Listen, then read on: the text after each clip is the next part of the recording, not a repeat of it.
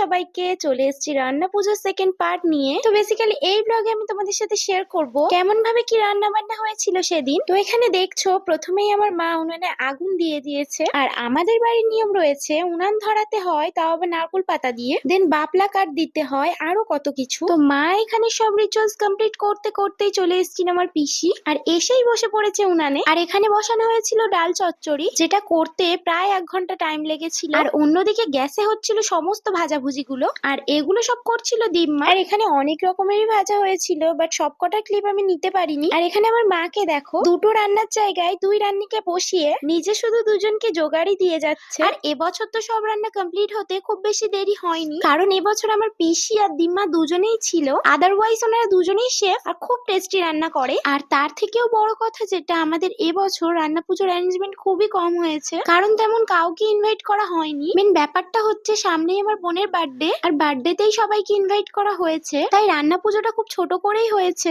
So guys, দেখতেই তো পেলে ফুল দমে এখানে রান্না বান্না করা হচ্ছে। আর এখানে আমার পিসি ইলিশ মাছ আর পোনা মাছটা ভাজছিল, দেন চিংড়ি মাছটাও ভাজা চলছে। আর এতক্ষণ পর্যন্ত আমার তেমন কোনো কাজই ছিল না, শুধুমাত্র ভিডিওই করছিলাম। আর তারপর শুরু হলো এই পিঠে করা। আর সত্যি যেটা, পিঠে করার টাইম একটু কাজ করতেই হয়, কারণ আমাদের বাড়িতে 3 রকমের পিঠে আছে, নারকোল পিঠে, ভাজা পিঠে এবং গুড় পিঠে। আর এই পিঠে করার টাইমে আমি একজনকে মিস করছিলাম, সেটা হচ্ছে আমার কাকিমাকে, কারণ আমার কাকিমা নারকোল পিঠের শেপ দারুণ করে। তো যাই হোক, কাকিমা এবছর আসতে পারেনি, তাই নারকোল পিঠের শেপ দেওয়ার সময় ভিডিও নিতে পারিনি। দেন এখানে রেডি হচ্ছে গুড় পিঠের ব্যাটারটা। আর ফার্স্ট পিঠেটা দেখো কত সুন্দর ফুলেছে, বাট আমি যখন থেকে ওখানে গিয়ে ভিডিও নেওয়া শুরু করি তখন একটাও পিঠে ফোলেনি। আর আমি যখন ওখান থেকে চলে আসি তখন দেখছি আবার ভালো ফুলছে। যতটা শুনলাম এই পিঠে নাকি চুল খোলা থাকলে ভালো ফোলে, আর চুল বাঁধা থাকলে নাকি ফোলে না। যে মেন পিঠেটা বানাচ্ছিল তার চুল তো খোলাই ছিল, বাট আমার চুলটা বাঁধা ছিল। এটা কতটা সত্যি আমার জানা নেই, তোমরা জেনে থাকলে কমেন্ট করে জানিয়ে যেও। তো দেখো এখানে নারকেল পিঠেগুলোরও শেপ দেওয়া কমপ্লিট হয়ে গেছে,